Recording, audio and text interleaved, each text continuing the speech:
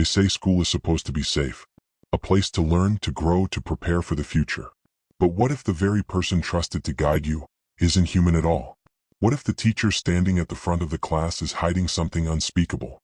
This is the story of how I discovered the truth, and why no one will ever believe me. The first time it happened, it was just a glimpse, a shadow that didn't belong, a flicker of something wrong in the way Mrs. Holloway smiled. She was the new substitute teacher. Everyone loved her. She was kind, patient, and always had candy in her desk drawer. But when she turned her back to the class, her shadow didn't match her body. It stretched too long, too thin, and sometimes it twitched. I tried to tell my friends. They laughed.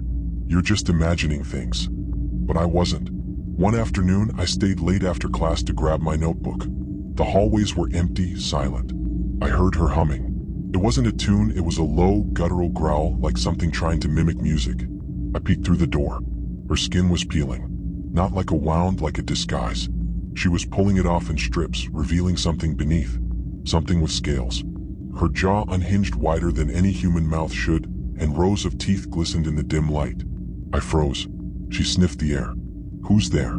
Her voice was layered, human and inhuman at the same time. I ran. The next day she looked normal again. Smiling, handing out candy, writing on the board.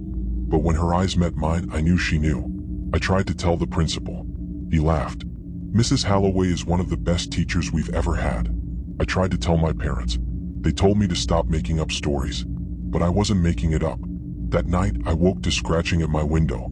I pulled back the curtain. She was there, standing in the yard.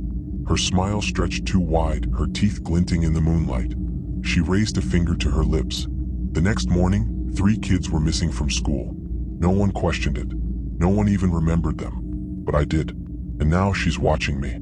Every day, every class, waiting for me to slip. The teacher is a monster, but no one will believe me. And I don't think I'll survive long enough to prove it. I thought I was doomed. But then one night I found something strange in the library, an old, dusty book hidden behind the shelves. It wasn't part of the school's collection. Its pages were filled with drawings of creatures that looked just like her. And scrawled in the margins were warnings. They live among us. They feed on children. They erase memories. At the very end of the book, there was a single line. The only way to stop them is to expose them under the light of truth. The next day I came prepared. I brought my phone, hidden in my pocket, recording everything. When she turned her back, her shadow stretched unnaturally across the wall.